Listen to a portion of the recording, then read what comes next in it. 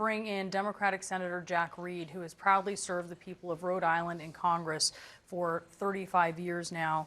Anything, sir, that you can share with us when it comes to this investigation as you're talking to local officials and state officials and federal officials? Well, this has traumatized the entire state. Rhode Island is a small state. It is really a community. And people have been traumatized because, frankly, the last place you'd expect something like this to happen would be Brown University campus. But our law enforcement officials and the Mayor Smiley of Providence, has taken a very aggressive lead, working together with federal authorities.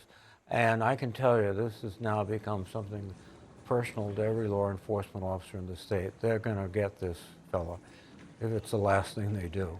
How should, and we know students, after learning that the person who initially had been detained was released, a lot of them were hightailing it out of campus early. They're very scared.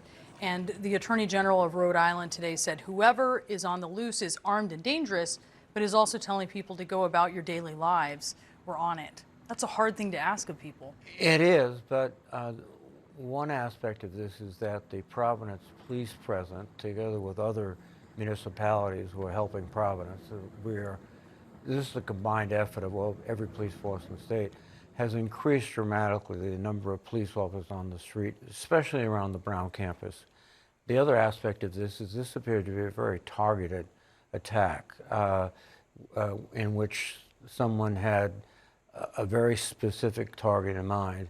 And I think the police officers and law enforcement people feel that he is no longer threatening people, but again, the precautions are being taken. You can't assume away anything, but more police on the streets and a very intense investigation to find this gentleman and bring him to justice.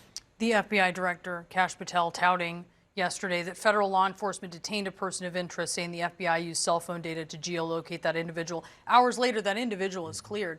Do you have questions about how the FBI is handling this, or is it just questions about the information the FBI is putting out there? Well, I think their first impulse was to use the latest technology, hoping that this would be a quick solution to a dangerous problem.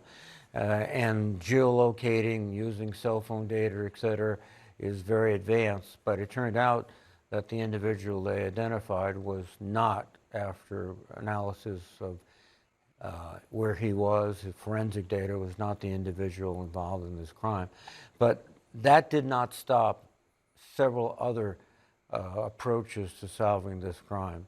Looking for videos, as we've discovered, going back to the neighborhoods and asking people if they'd noticed anything unusual. So this was not a situation where everyone just focused on electronics. That was the first hint of a possible suspect, but no one surrendered other avenue of investigation.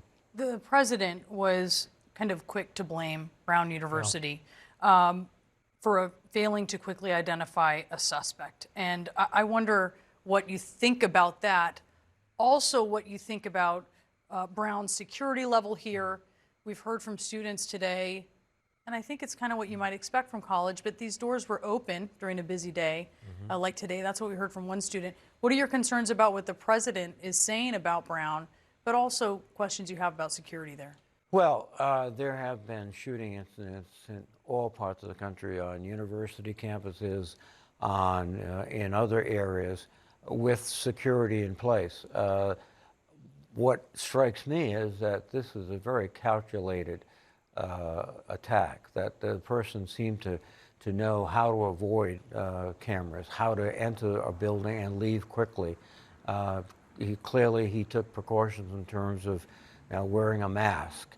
So this was not one of those situations where someone is trying to make a point by a spectacular bit of violence, which is in the open, and it is designed really to draw attention. This was a very calculated attack, and the university, I know, are reviewing all their procedures, but they moved very quickly. I mean, within minutes, Brown University police were on the scene, Providence police were on the scene. There was a shelter-in-place order, which was complied with remarkably quickly. All of that had been prepared prior by the university. This is, I think, one of those situations where you had a very determined and very clever individual who wanted, for reasons we don't know yet, to harm people on the Brown University campus.